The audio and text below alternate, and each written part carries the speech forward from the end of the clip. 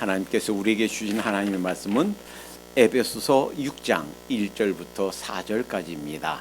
에베소서 6장 1절부터 4절 다 같이 한 목소리로 받들겠습니다. 시작. 자녀들아, 주 안에서 너희 부모에게 순종하라.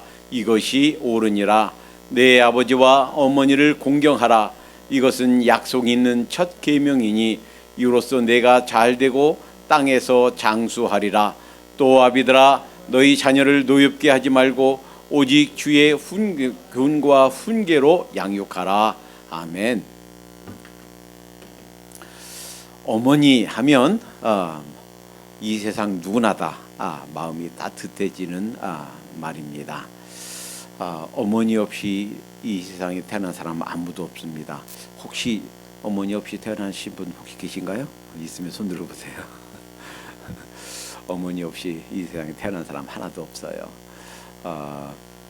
그런데 이 어머니는 가정의 중심입니다. 중심축이고 어머니 아버지는 가정의 두 기둥이라 할 수 있어요. 인류 생존을 위해서 하나님께서 우리 인간에게 만들어준 최초의 공동체가 가정이고, 또 우리 육체의 생명이 재생산되고 계속되고, 또 우리가 이 세상에서 살아가기 위해서 필요한 모든 자질들을 갖추게 되는 곳이 가정입니다. 이 가정이 건강해야 우리 개인이 건강하게 이 사회를 살아나갈 수가 있고, 가정이 건강할 때, 가정에서 잘 될 때 사회가 건강하고 또 아름다운 사회가 될 줄로 믿습니다. 가정이 건강하지 못할 경우에 개인이 바로 설 수가 없습니다. 학교에서는 지식을 배우지만 가정에서는 인격을 배워요. 그래서 만약에 어떤 사람이 그 사람이 인격이 좀 뭔가 문제가 있다라고 한다면 그 사람 가정 교육에 뭔가 좀 문제가 있었지 않느냐, 이렇게 생각하게 되는 것입니다. 오늘 하나님 말씀에서는 가정이 잘 되기 위해서, 또 우리 개인이 잘 되기 위해서, 이 사회가 건강한 사회가 되기 위해서 아주 중요한 한 사실을 가르쳐주고 계십니다. 이것을 오늘 본문을 제목에 효도의 메커니즘 이렇게 붙였어요. 메커니즘이라는 것은 말하기 좀 어렵지만 어떤 사실이 이루어지고 작동하는 어떤 원리, 이런 것을 말해요. 그러니까 효도라고 하는 것에 우리가 알지 못하는 어떤 원리가 작동하고 있다는 거예요. 우리가 미처 그냥 깨닫지 못하고 있었는데 이 효도 속에 어떤 하나님의 손길, 하나님의 어떤 세우신 어떤 원리가 작용하고 계신 줄로 믿습니다. 오늘 본문 말씀을 나누면 두 가지예요.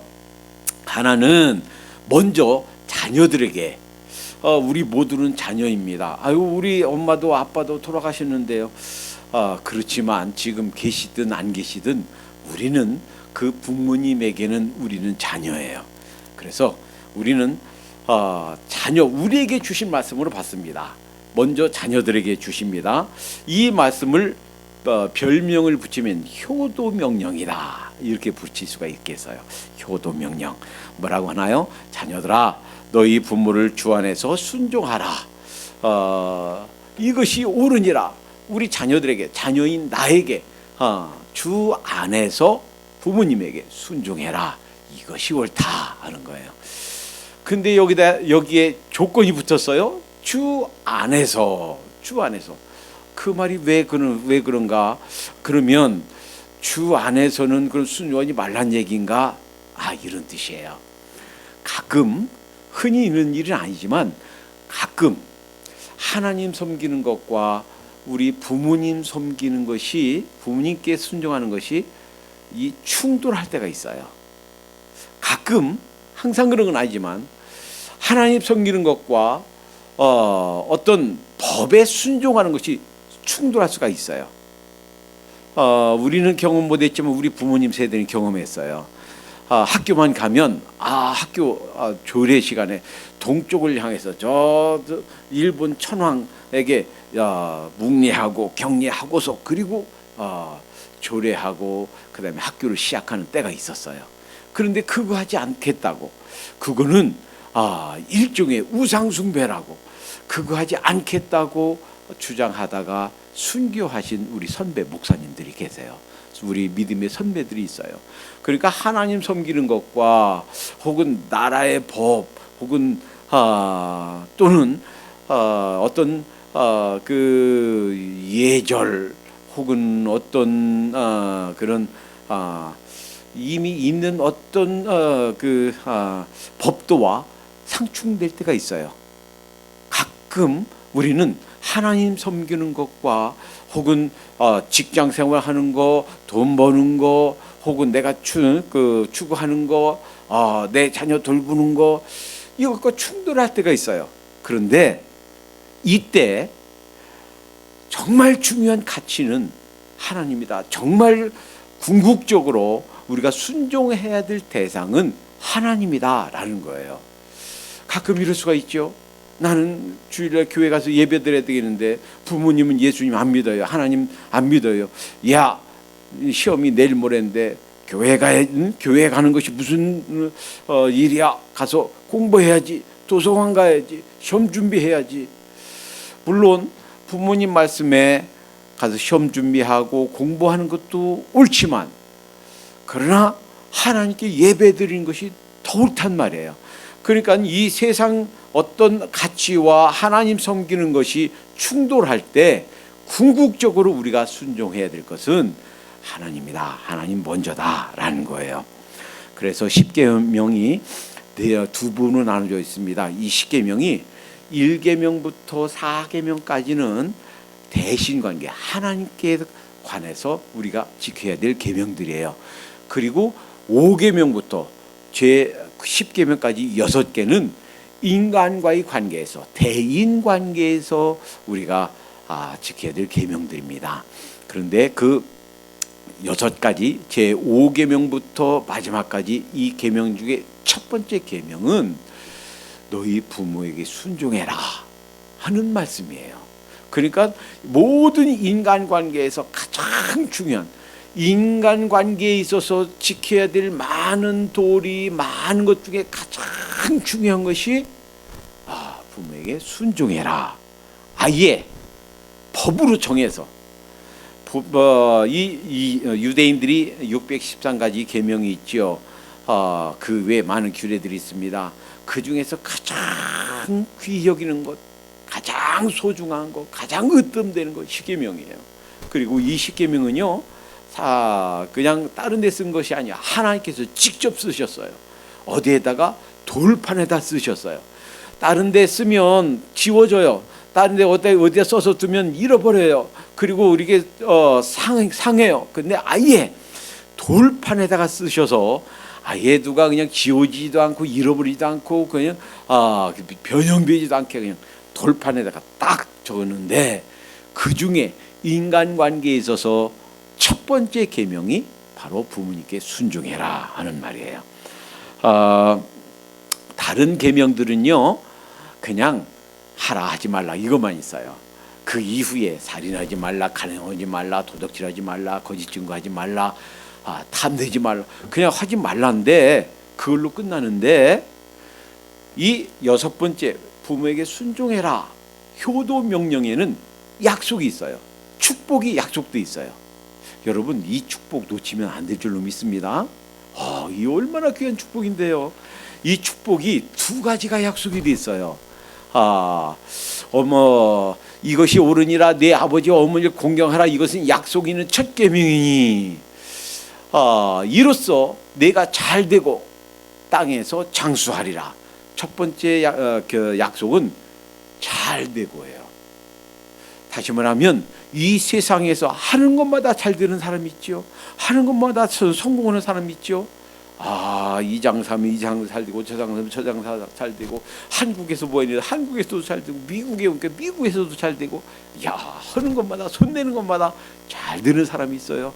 땅에서 잘 되는 축복 누구에게 주겠는가? 부모에게 순종하는 자에게, 효도하는 자에게 하나님께서 약속을 주셨습니다.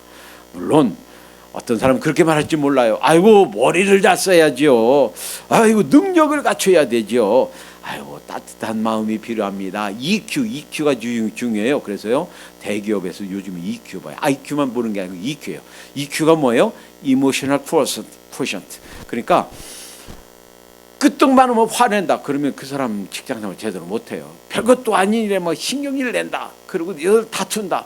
상관하고 그 부하 직원하고 동료하고 다툰다. 그러면 아무리 능력 있어도 아무리 머리를 잘 써도 제대로 회사 생활이 잘 될 수가 없어요. 그러니까 그런 사람들은 아예 이 EQ가 즉 감정선에 문제가 있는 사람들은 아예 뽑질 않아요. 그래서 요즘에는 어떤 대기업에서 또는 공무원 중에 아주 고급 공무원 뽑을 때 이런 걸 보는 경향이 있어요. 물론 중요합니다. 머리 잘 쓰는 것도 필요하고요. 능력을 기르는 것도 필요하고요. 자격증 갖추는 것도 필요하고요. 하고 있다는 것도 필요하고요. 또 감정이 잘 컨트롤할 수 있는 능력도 필요해요. 그런데 그것보다 더 중요한 것, 그것보다 더 필수적인 것은 뭔가 부모님에게 순종하고 부모님에게 효도하면 땅에서 잘되게 하겠다 하는 것이 하나님의 약속인 줄로 믿습니다. 진리인 줄로 믿어요.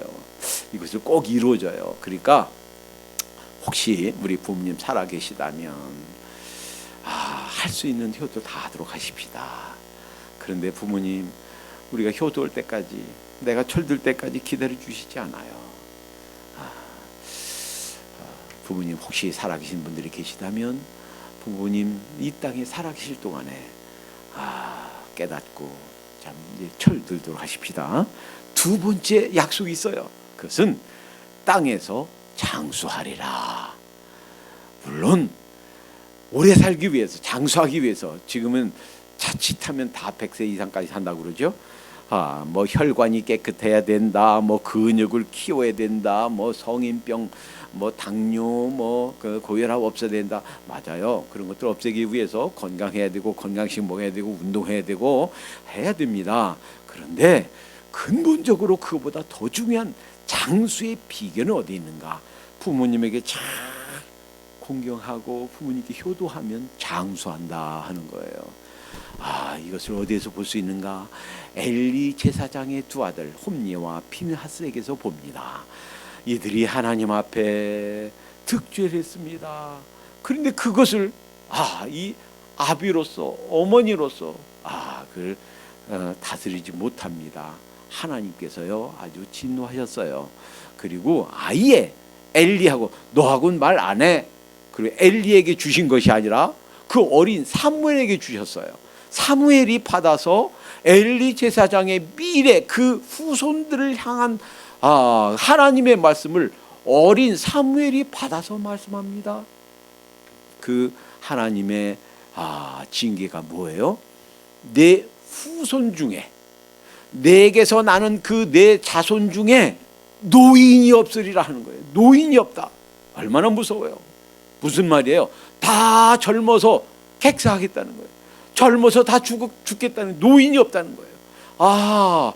그렇구나. 하나님을 잘 섬기고 부모에게 효도하면 두 가지 축복, 땅에서 잘 되고 하는 것마다 잘 되고 또 땅에서 장수한다 하는 거예요. 이 축복 놓치지 마십시다. 부모로서 자녀를 양육할 때 참 효도하는 부모를 만드는 거, 자녀로서 할 수 있는 가장 복된 거, 부모님께 효도하는 것, 이거 다 하는 거예요. 그런데 우리는요 잘못된 효도의 개념이 있어요. 잘못된 효도에 대한 개념을 갖고 있을 수가 있어요. 마태복음 15장에서 바리새인들이 예수님께 따졌습니다. 예수님, 왜 당신들의 제자들은 장로들의 유전을 따르지 않습니까? 왜 밥 먹으면서 손 씻지 않고 먹습니까? 그때 예수님 말씀하셨어요. 왜 너희는 사람의 유전으로 하나님의 말씀을 폐하느냐 하시면서, 봐라, 고르반, 하나님께서 명령으로 주셨어요. 10계명 중에 인간관계에 대해서 대인관계 첫 번째 말씀인 제5계명으로 부모에게 순종해라, 부모에게 효도해라 가르쳐 주셨는데 자, 이제 부모님에게 마땅히 드려야 될 용돈, 마땅히 드려야 될 부모님 목 드려야 되는데, 이거 하나님께 드릴 거예요. 그래서 고르반 하나님께 드려야 됩니다 라고 하고 부모님을 섬기지 않았단 말이에요. 부모님 공경하지 않았단 말이에요. 부모님께 드려야 할 용돈, 부모님께 드려야 할 목, 때 드리지 못하고 그냥 입 싹 닦았단 말이에요. 봐라, 그러시면서 예수님이 아주 책망하십니다. 사람의 유전으로 하나님의 말씀을 배한다 하는 거예요. 어떤 핑계를 대고 부모님 섬기는 거, 부모님께 효도하는 거, 그거 안 하면 안 돼 라고 말씀하시는 거예요. 그래서 하나님을 섬긴다는 핑계로, 하나님께 드릴 거란 핑계로 우리 육신의 부모님께 소홀히 하면 안 되겠다라는 잘못된 효도의 개념이에요. 또 있습니다. 우리 한국 분들은요, 살아계실 때는 그냥 대충 하고 돌아가시면 효도하겠다고 그래요. 그래서 우리 그 청개구리가 여러분 알죠? 초등학교 때 교과서에 실렸었는데 청개구리가 늘 엄마 말씀 반대로 했단 말이에요. 이리로 가라 하면 절로 가고, 이렇게 하라 하면 저렇게 가고. 그래서 엄마가 고민이 됐단 말이에요. 내가 죽으면 이 녀석이 반대로 할 텐데 어떡할까 고민하다가 유언을 남겼는데, 아들아, 내가 죽걸랑 저 시냇가에다가 냇가에다가 날 묻어다오. 그러면 산에다 묻을 거니까.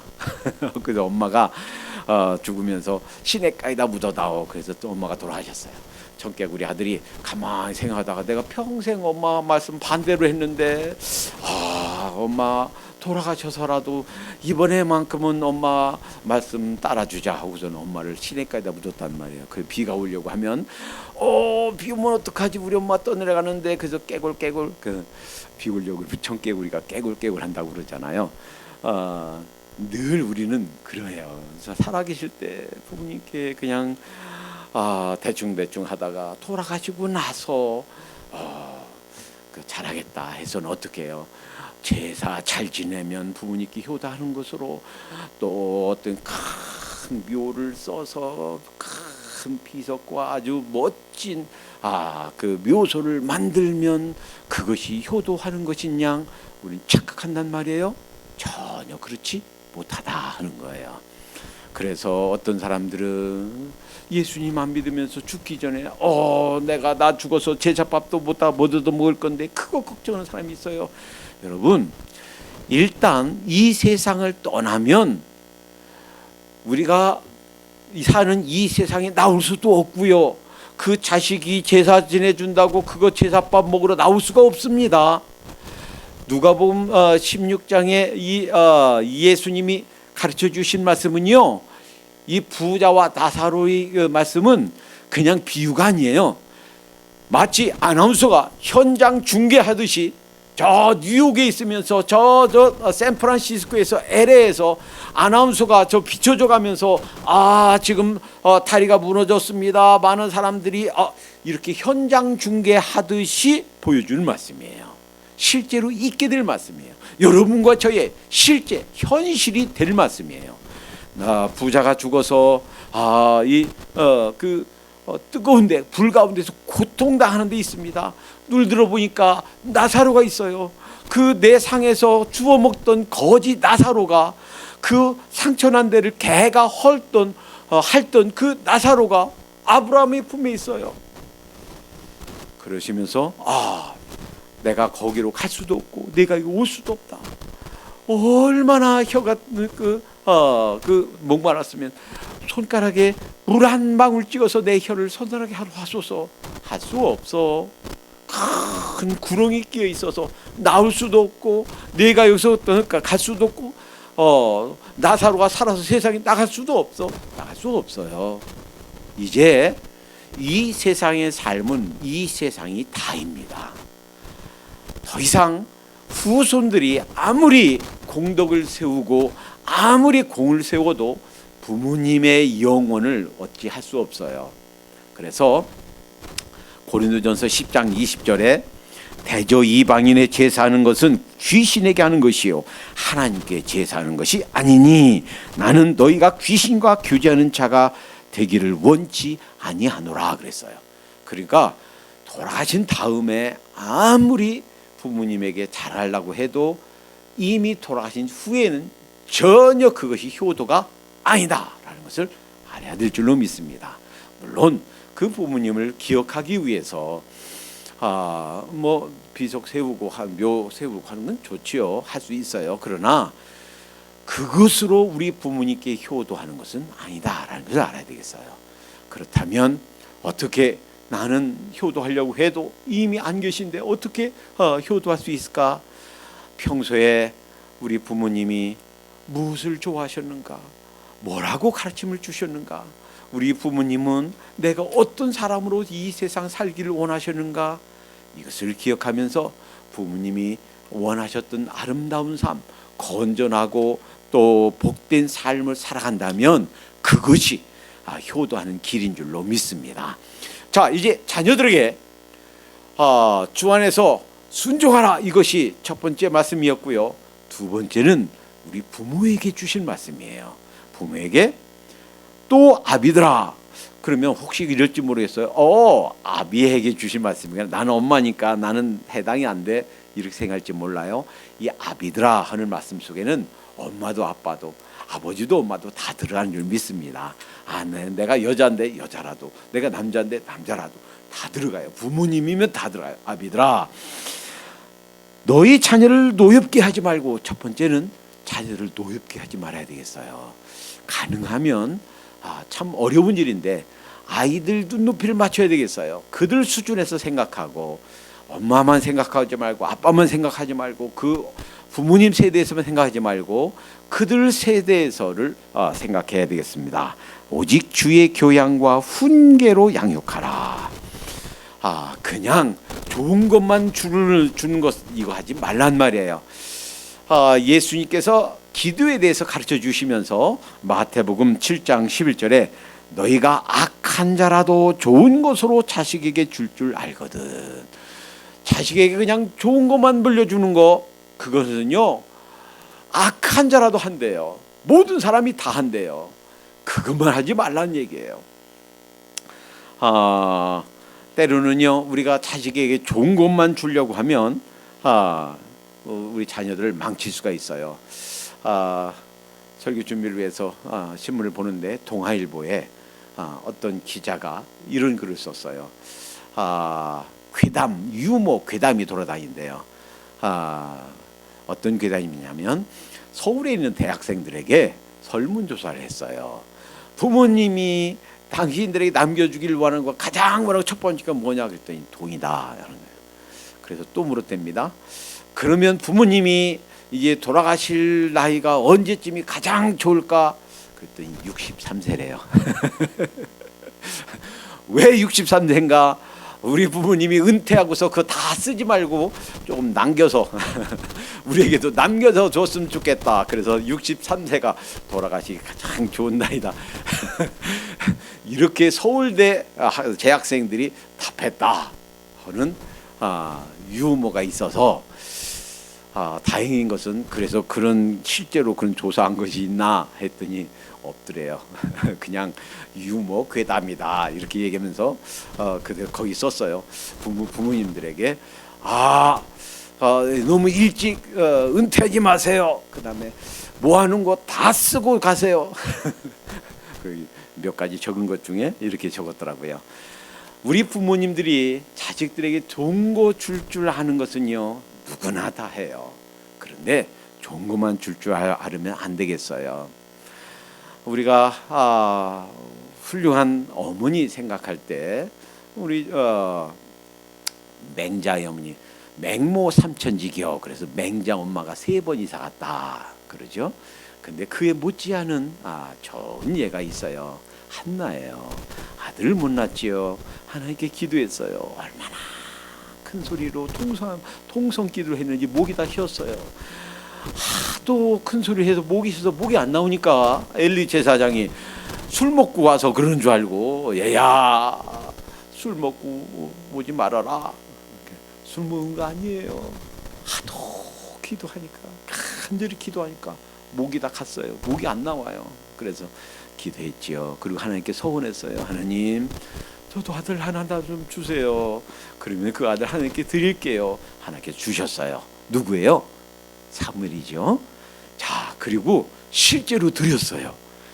그리고 이제 젖을 때니까 엘리 제사장에 이렇게 맡기고, 그냥 애만 보내는 게 아니고, 옷도, 그 다음에 또 먹을 것도, 그 해마다 때가 되면 가서 그 옷도 새로 지어서 얼마큼 컸을 거야. 좀 큰 옷 지어서 주고, 또 떡도 해갖고 와서 얘 좀 잘 보살펴 주세요. 아마도 이 사무엘이 엄마의 신앙을 빼다 박았을 거예요. 그러니까 이 어린 것이 얼마나 곱게 하나님을 잘 섬기면서 자라는지. 그러니까 엘리 제사장, 이제 백전노장인 하나님의 사람에게도 말씀이 희귀했다. 하나님 말씀이 임하지 않는 거예요. 그런데 어린 사무엘에게 하나님의 말씀이 임했단 말이에요. 자, 이제 사무엘이 죽을 때가 됐습니다.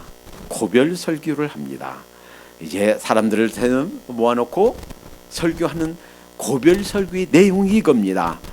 사무엘상 12장 3절 4절에 내가 네 소를 취하였느냐, 네 나귀를 취하였느냐, 누구를 속였느냐, 누구를 압제하였느냐, 내 눈을 흐리게 하는 네 물을 네 손에서 취하였느냐, 그리하였으면 내가 그것을 너에게 갚으리라. 내가 뭐 속인 거 있나요? 빼앗은 게 있나요? 누구 소나 낙이 뺏은 게 있나요? 말씀하세요. 갚겠어요. 그랬더니 백성들이 이렇게 얘기하는 거예요. 14절 그들이 가로되 당신이 우리를 속이지도 아니하였고 압제하지도 아니하였고 네 손에서 아무것도 취한 것이 없나이다. 얼마나 청렴결백하고 얼마나 아름답게 평생을 사역했습니까? 그러니까 3살 버릇 8까지 간다고요? 이 어렸을 때 엄마 한나로부터 배운 거 죽을 때까지 끝까지 멋지게 아주 청직하게 바르게 올곧게 제사장으로서 사역을 잘 했어요.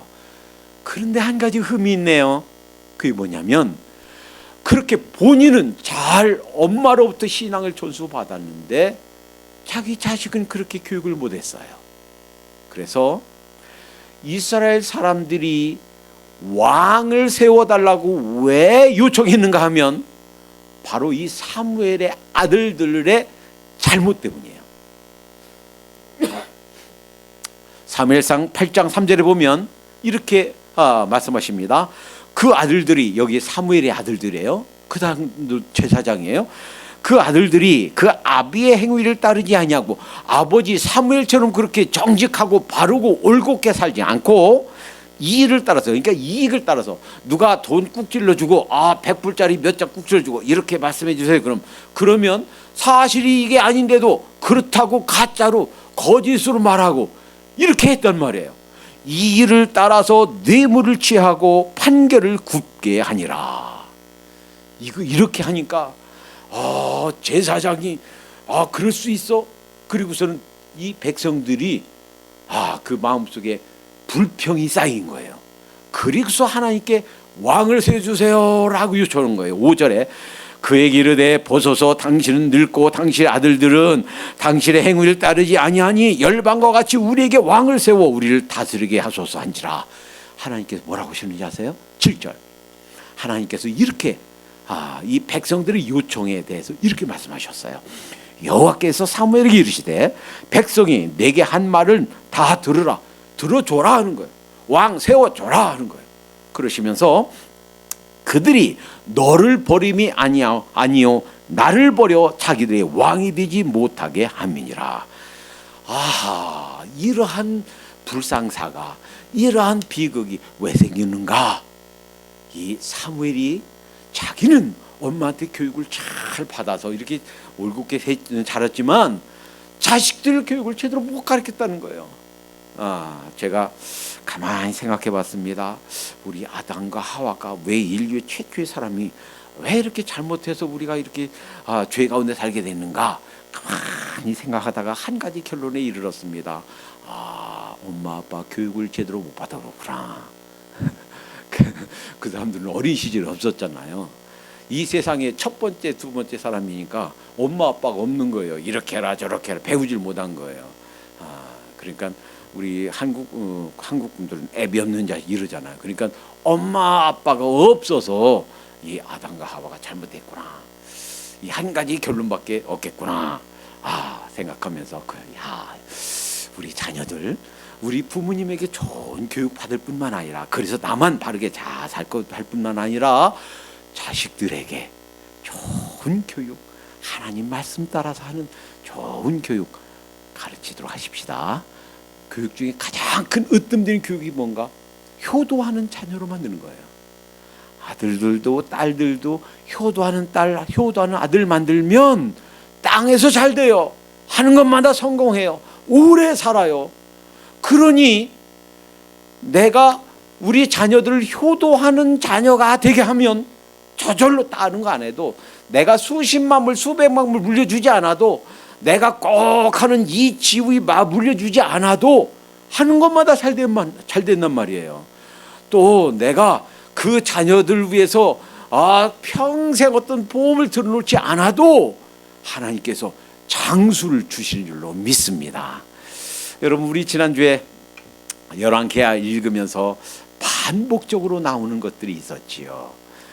북이스라엘, 남유다 읽으면서 우리가 열왕기하 읽으면서 참 안타까운 것들이 하나 있었어요. 좋은 왕들도, 잘 행했던 왕들도 산당을 무너뜨리지 않은 거예요. 없애지 않은 거예요.